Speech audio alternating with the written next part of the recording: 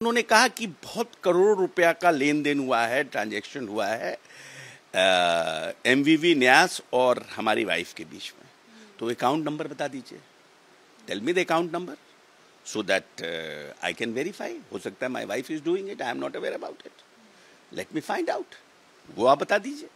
उन्होंने कहा कि इन्होंने बहुत सी संपत्तियां खरीदी हैं, तो संपत्ति कौन सी है? वो जमीन इन्होंने खरीदा है और चला रहे हैं कि जमीन घोटाला है, जमीन मेरा। एक कट्ठा भी पटना में मेरे नाम से जमीन होगा तो मैं प्रशांत किशोर जी का गुलामी करने को तैयार हूं। अशोक चौधरी जी की पत्नी श्री नीता केसकर चौधरी जी हैं, जो इस राज्य के बड़े जो बिल्डर हैं श्री दिलीप कुमार मित्तल और राकेश कुमार अग्रवाल जी से 13 फरवरी 2021 को 2.651 डिसमिल जमीन 2,61,97,000 में खरीदा। उसके बाद उसमें नीता केसकर चौधरी ने अपनी पहचान, देखिए चालाकी, अपनी पहचान अपने पति अशोक चौधरी को लिखा। नीता केसकर चौधरी ने जो दूसरा संपत्ति खरीदा, पहला संपत्ति 2,61,97,000, दूसरा जो संपत्ति खरीदा है नीता केसकर चौधरी ने उसी दिलीप कुमार मित्तल और राकेश कुमार अग्रवाल से 20 जुलाई 2022 को 2.09 डिसमिल जमीन 3,42,34,000 में रजिस्ट्री कराई है, जिसमें उन्होंने अपने पति अशोक चौधरी का नाम छिपा लिया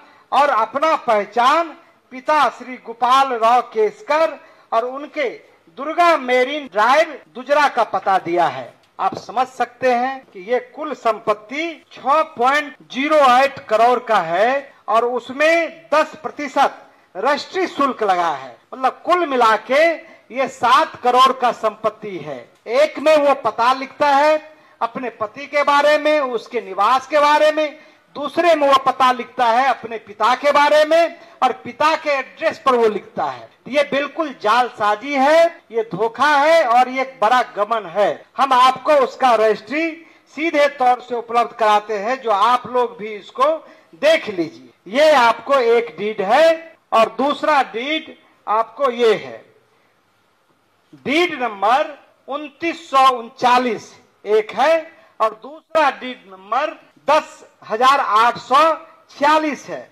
दूसरा कि नीता केसकर चौधरी के बारे में आपको मालूम होगा कि उन्होंने वैशाली ट्रेडिंग कंपनी के नाम पर उन्होंने पंजाब नेशनल बैंक से 1,60,00,000 और 1,40,00,000 मतलब 3 करोड़ रुपया उन्होंने लोन लिया।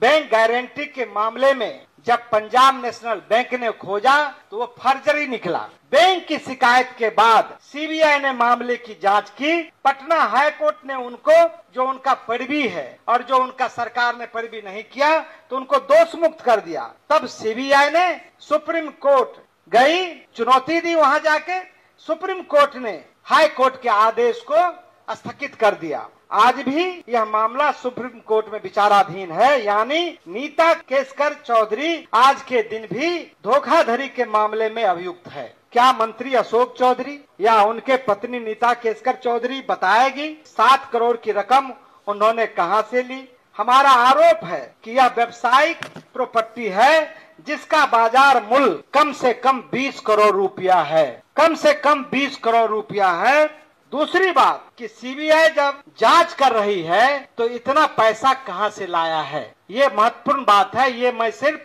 नीता केसकर चौधरी के बारे में और अशोक चौधरी के बारे में आपको हमने बताने का काम किया है। अभी हम लोग मंत्री अशोक चौधरी और उनकी पत्नी नीता केसकर चौधरी के सिर्फ 2 संपत्ति के बारे में मैं फिर कह रहा हूं, आपको जानकारी दे रहा हूं, जो 20 करोड़ की संपत्ति है और जिसने बैंक के साथ धोखाधड़ी किया है। उसके अलावा उन्होंने जो संपत्ति अर्जित की है वो मैं आगे बताऊंगा। अब मैं आता हूं, ये डीड यदि आप लोग कोई लेना चाहते हैं, देखना चाहते हैं तो इसको देख सकते हैं।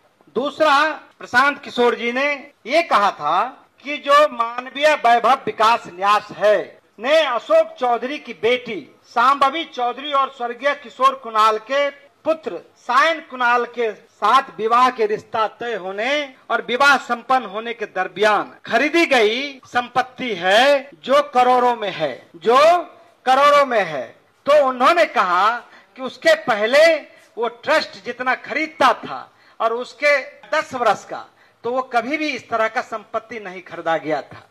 तो प्रशांत जी ने कहा मानव वैभव विकास न्यास के विरुद्ध कोई हमको मतलब पेपर नहीं है और ना कोई हमारे पास ये है, लेकिन चूंकि जब उनका बेटी का विवाह तय होता है और शादी से पहले मात्र 4 महीने के दरमियान खरीदी गई 6 जमीन का डीड मैं आज आप सब लोगों से शेयर कर रहा हूं। जो पहला है, जो पटना के पौष इलाके में श्री कृष्णापुरी में है, वो है आपको पहला डीड है, जो 28/3/2021 को खरीदी गई है। वो है 5,50,00,000 की संपत्ति है और ये डीड ओरिजिनल है। ये डीड आप देख सकते हैं, ये डीड देख सकते हैं और आपको मैं उपलब्ध भी करा दूंगा पीडीएफ उसका। दूसरा उन्होंने रूपसपुर में खरीदा 3,43,00,000 का, जो 12/5/2022 को मानव वैभव विकास ने रजिस्ट्री करवाया है। 2 तीसरा जो है वो है रूपसपुर में ही 8,90,00,000 का 12/5/2022 को ये ट्रस्ट के द्वारा ही ये जमीन खरीदा गया। चौथा जो है वो है मैनपुरा में 7.20 करोड़ 7,20,00,000 रुपये का उन्होंने खरीदा, जिसका डीड नंबर है 10,512 और डेट है 14/7/2022। ये आप देख लें, मैं इसका भी आपको उपलब्ध करा दूंगा। और 5वां है पाटलिपुत्रा में खरीदा है 15/7/2022 को, उसका डीड नंबर है 10,555, जो 15/7/2022 को 2,05,00,000 रुपये में खरीदा है, उसका डीड ये है। ये सब ओरिजिनल है। और अंतिम मैं आपको बताना चाहता हूं, पाटलिपुत्रा में 15,50,00,000 रुपये का ये पाटलिपुत्रा में जो खरीदा गया है, मैं आपको उसका पता बता देना चाहता हूं।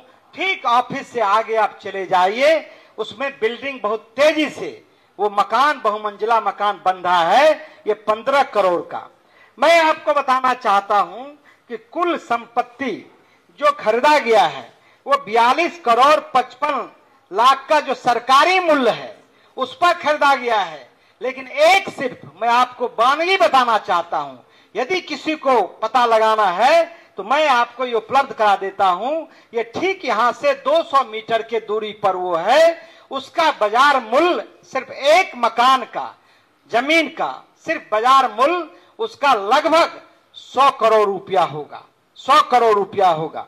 अशोक चौधरी जी, इस ट्रस्ट पर हमारा कोई सवाल नहीं है, क्योंकि इसके खिलाफ हमारा कोई ये तथ्य नहीं आया है। लेकिन एक परिस्थिति जन साक्ष्य लगता है कि जब इनके बेटी के साथ सगाई होती है तभी ये संपत्ति कैसे आता है। तो आपको मैंने ये पूरा प्रमाण के साथ आपको मैंने दिखाया है, ये आप देखें। और आप उनके परिवार से, खास करके प्रशांत जी ने कहा कि किशोर कुणाल की छवि एक ईमानदार और अच्छे लोगों की रही है, एक उनका जो चारित्रिक रहा है वो बिहार में अच्छे लोगों का रहा है। लेकिन पता नहीं किस दुश्मनी से, ये भगवान का संजोग मानिए कि अशोक चौधरी ने किस जन्म का बदला लेने के लिए एक तरह से उस ट्रस्ट को, जिसमें जियालाल आर्य जैसे लोग हैं, उनको बदनाम करने की साजिश है। एक बात मैं आपको और बताना चाहता हूं कि जो इस ट्रस्ट में सेक्रेटरी है वो बिहार के मुख्य सचिव की मां प्रोफेसर कविता श्रीवास्तव जी हैं, जो इसमें सेक्रेटरी हैं। मैं सिर्फ आपको जानकारी दे रहा हूं, उनको ये बात बताना चाहिए ट्रस्ट के लोगों को। और 15 साल का जो खरीद बिक्री का ट्रस्ट ने काम किया है उसको बताना चाहिए। एक मैं और आपसे कहना चाहता हूं कि जो ये कागजात है वो कागजात सिर्फ मैं आपको छुआ दिया हूं, इसके अलावा दर्जनों जो डीड है जो खरीदा गया है वो हमारे पास उपलब्ध है, जो समय आने पर मैं आपको उपलब्ध करा दूंगा। तीसरा जो आरोप है वो भी मैं आपको बताना चाहता हूं। जो प्रशांत किशोर जी ने जो एक आरोप लगाया था, तथ्यों के आधार पर आरोप लगाया था, प्रशांत किशोर जी ने यही उस दिन कहा था। उन्होंने कोई मानव वैभव पर आरोप नहीं लगाया था और उनके खिलाफ कोई हमारे पास साक्ष्य नहीं था, लेकिन उन्होंने जो आरोप लगाया था और जो सिद्ध है उसमें कहीं से दो राय नहीं है। वो है अशोक चौधरी की जो बेटी है श्री शांभवी चौधरी, जो समस्तीपुर से सांसद है। तो अशोक चौधरी ने 2019 में 2 रजिस्ट्री अपने पीए योगेंद्र दत्त जी के नाम से करवाया है। ये दोनों आपको, ये मैं आप लोग को उपलब्ध करा देता हूं और दोनों ये डीड आप देख लें। एक डीड नंबर है आपको 8054, दूसरा डीड नंबर है 8427। ये दोनों डीड के द्वारा उन्होंने ये जमीन खरीदा और अशोक चौधरी ने योगेंद्र दत्त को अपना अवैध पैसा उसमें दिया, जिसकी आप जांच कर सकते हैं। लेकिन 1 साल 6 महीने के बाद श्री अशोक चौधरी जी ने अपने बेटी के नाम से वो दोनों जो रजिस्ट्री था लगभग 74 डिसमिल, पटना का 23 कट्ठा बोला जाता है, वो बहुत मूल्यवान जमीन है।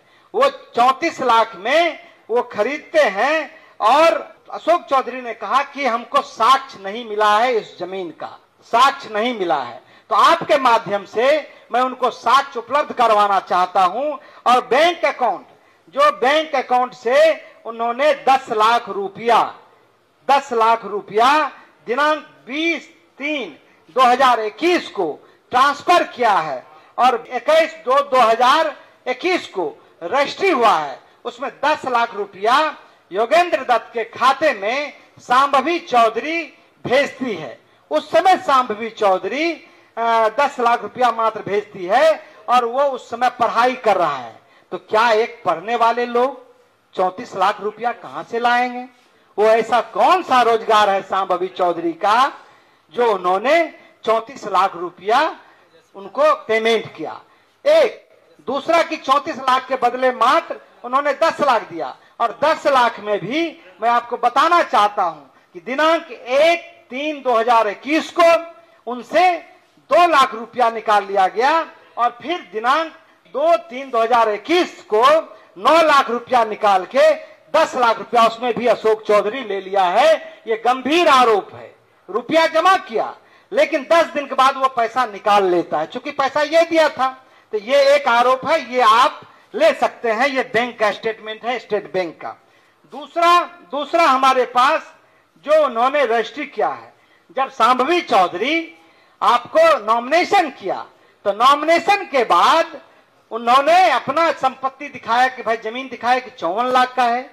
रिटर्निंग अफसर जो डीएम है उन्होंने इनकम टैक्स को ये भेज दिया। इनकम टैक्स ने इसकी जांच की और नोटिस किया कि भाई आप तो 10 लाख रुपया दिखाए हैं और ये जमीन 34 लाख रुपया से ज्यादा का है, तो ये पैसा कहाँ है, आप इसका जवाब दें। तब इन लोगों ने योगेंद्र दत्त से संपर्क करना चाहा तो योगेंद्र दत्त ने कहा कि भाई हम ये पैसा नहीं लेंगे, आप जिस समय देने का था उस समय दिए नहीं, जब इनकम टैक्स आपको कर रहा है तब आप दे रहे हैं। तब आपको अशोक चौधरी, चूंकि बैंक अकाउंट उसको मालूम था, तो दिनांक 27/4/2025 को अशोक चौधरी ने 25 लाख रुपया, मतलब शांभवी चौधरी ने 25 लाख रुपया योगेंद्र दत्त के खाते में जमा कर दिया है, जो पैसा आज भी है। प्रशांत किशोर जी सिर्फ इसी आरोप पर उन्होंने कहा कि इसके खिलाफ हमें पूर्णतः सबूत है, और ये सबूत चूंकि अशोक चौधरी ने कहा कि ना तो हमको डीड का पेपर है ना बैंक का है, तो आपके माध्यम से हम दोनों आपको उनको उपलब्ध कराना चाहते हैं। वो ले ले और ये बतावे वो कि किस तरह से वो भ्रष्टाचार में लिप्त हैं, किस तरह से वो अवैध संपत्ति खरीद रहे हैं। मैं आपको बताना चाहता हूं कि अशोक चौधरी के बारे में आप जानते हैं कि पिछले मार्च में 30,000 करोड़ का टेंडर हुआ और उसमें 2% पैसा लिया है, उसकी चर्चा हम बाद में करेंगे। लेकिन अशोक चौधरी ने जो साम्राज्य खड़ा किया है, वो दिल्ली में सफदरगंज में अपने मां के नाम से फ्लैट लिया है, जिसमें मनीष आनंद की कंपनी ने उन्हें बेचा है, प्रॉपर्टी खरीदी है। जो राकेश कुमार बंसल है और जो एक और हैं वो दोनों, आपको कुणाल साहब ने भी वही संपत्ति बेचा है और नीता चौधरी केसकर को भी वही संपत्ति बेचा है। आप समझिए, दोनों का संपत्ति वही बेचा है। उसके अलावा इनका महावीर इलेक्ट्रिक जो है उनमें बंसल जो कंपनी है उसमें, उसके अलावा डीपीएस वर्ल्ड स्कूल जो है उसमें सहित अनेकों संस्थान में इनका अवैध संपत्ति है, जिसका पेपर हमारे पास उपलब्ध होगा, समय पर मैं आपको उपलब्ध कराऊंगा। लेकिन अब अशोक चौधरी जो 100 करोड़ का मानहानि का मुकदमा प्रशांत किशोर जी पर किए हैं, तो उसका जवाब तो प्रशांत जी ने कहा कि हमारा वकील दे देगा। इसके पहले भी उन्होंने केस किया है, लेकिन अब उनको मैं सीधे कहना चाहता हूं कि आपने कहा था कि पेपर उपलब्ध नहीं है, तो पेपर आपको उपलब्ध हो गया है। इधर उधर की बात मत कीजिए, आप बताइए इतना प्रॉपर्टी आपने कहां से लाया है, ये आप बताइए। ये प्रॉपर्टी 200 करोड़ का प्रशांत किशोर जी ने कहा था, तो वो कम है, बल्कि ज्यादा पैसा है। इनका जो वेयर हाउस का है वो 100 एकड़ के जमीन में है। मैं आपको बताना चाहता हूं, इनका पार्टनरशिप विभिन्न लोगों के साथ है, तो उनको बताना चाहिए और उनको पब्लिक डोमेन में बताना चाहिए। दूसरी बात मैं आपको कहना चाहूंगा कि नीतीश कुमार जी से मेरा अपील है कि नीतीश कुमार जी के मंत्रिमंडल में जब भी किसी पर गंभीर आरोप लगा है, आप याद कीजिए जब हम भी एमएलए बने थे 2005 में, 24 नवंबर को वो शपथ लिए थे और जीतन राम मांझी के खिलाफ आरोप लगाया था, तो उन्होंने तुरंत उनके खिलाफ विजिलेंस में आरोप था, तो उनसे तुरंत इस्तीफा लिया। सिर्फ उन्हीं से नहीं बल्कि 6 मंत्री से लिया। 7वां तेजस्वी यादव पर जब इसी जमीन खरीद में गंभीर आरोप लगे, तो उन्होंने कहा कि आप इसमें जवाब दीजिए, पब्लिक को जवाब दीजिए, और इसी आधार पर उन्होंने गठबंधन तोड़ लिया। तो हम नीतीश कुमार जी से मांग करना चाहते हैं इस प्रेस के माध्यम से कि अशोक चौधरी पर यह गंभीर आरोप है, इस आरोप पर क्या उनसे आप इस्तीफा लेना चाहते हैं? यदि ये इस्तीफा नहीं देता है तो इनको क्या बर्खास्त करना चाहते हैं? हम जनस्वराज पार्टी के लोग मांग करते हैं और बिहार के लोग भी अब मांग कर रहे हैं। उतना ही नहीं बल्कि जनता दल यू के जो मुख्य प्रवक्ता हैं नीरज कुमार जी ने भी कहा है कि अशोक चौधरी जी को जो गंभीर आरोप है उसको पब्लिक डोमेन में बताना चाहिए। मुख्यमंत्री का चेहरा बेदाग है। जो भारतीय जनता पार्टी के senior leader R K Singh ji ने हैं, उन्होंने भी कहा है कि जो आरोपी, जो गुनहगार है, जिन पर आरोप लगा है, उनको सफाई देनी चाहिए या उनके विरुद्ध कार्रवाई होनी चाहिए। तो हम मुख्यमंत्री जी से एक ही मांग करते हैं, इतने गंभीर मसले पर आपका निर्णय बिहार के लोग प्रतीक्षा में हैं। मुझे पूरा विश्वास है कि अशोक चौधरी के खिलाफ और जो अन्य मंत्री के खिलाफ पुख्ता सबूत है उस पर आप कार्रवाई करेंगे। यदि ये लोग इस्तीफा नहीं देता है तो इनको सीधे मंत्रिमंडल से बर्खास्त करेंगे।